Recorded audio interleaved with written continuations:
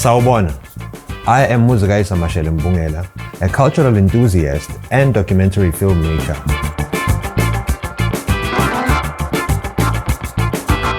Asengibude, bowenda nga June 16 wakho. Mina ngiye TUT Mbombela to listen to the 5th annual lecture ya Dr. Sam Nzima. All in all, it was a very well put together event, including the photography competition that was sponsored by CELC. I think it's also worth mentioning that the scope can be broadened beyond the one photo that Dr. Sam Nzima captured during a turbulent time, and also from an inclusion and youth point of view, a lot can be improved. Professor Pitika Ntuli. His keynote address was one for the books, so we had to pursue a sit-down naye so we could pick his brain. My name is Pitika, which means to roll, and my surname is Ntuli, which means dust. Where I come from, everything must have a meaning. I designed this video specifically for you guys who like to dig deeper about living legends. I went and sought permission from the different sources whose videos I've used in the entirety of this video so that I could refer you to them for further watching. Professor Ntuli is such a national treasure, it would be illegal for young people not to be exposed to his creative genius. Ingxoxo yami naye ihambe ngale ndlela. We live in a time of coloniality. We were colonized, we decolonized, but coloniality remained inside our heads. That, in other words, we are carrying what the colonizers had put into our minds and have forgotten our very indigenous in ourselves. They told us that our ancestors were ghosts. They told us that we were absolutely backward.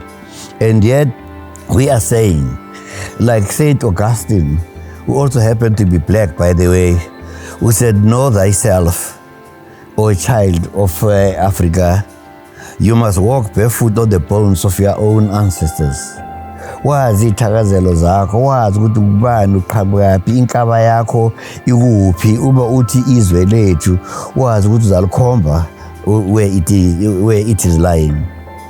So the starting knowledge for any young person is to go back to the roots, Asibuyele Emasisweni, not to go and stay there, but to go and get strength. Like Basotho ba re go tletlela morago a se go tshaba go tseya maatla. To retreat is not to flee, but to gather strength. Decolonize the mind. And the first thing to decolonize the mind is to decolonize your language. For language in itself is a carrier of your culture, of your spirit, your ancestral calling. So without language, you are not. But language is not just grammar. It is a spirit inhaled in every greeting. Mpemba kodite. When you say to me, Mpemba kodite, Mhlalwana, you've already linked me to my very ancestors. Through what? Through language. By naming a thing, you control it. If I say you are a dog, then I'm going to treat you like a dog. If I say, "Oh, my angel," then I will treat you like that angel. So language is central, to it. I was saying when somebody asked me just recently that in my language, a language is ilimu. It is a tongue. But what does the tongue do? The tongue can kiss. The tongue can taste things. The tongue can curse and praise and pray and do all. Without that kind of a tongue, you are mute. You are useless. You cannot even talk and communicate. So the center of communication lies in our languages. We are the survivors of burnt libraries. Because our ancestors knew that justice is not in the courtroom, but in the council, beneath a tree in the village. They healed with leaf and with prayer. They knew the stars. Here where we are speaking, here in Mbombela, there's Adam's calendar around in here, which is aligned to the ruins of Zimbabwe that are aligned to the Great Pyramid in Egypt. Credo, Tshwane, and Mike Challenger, many of the people have written about what has been happening even in this part of the world.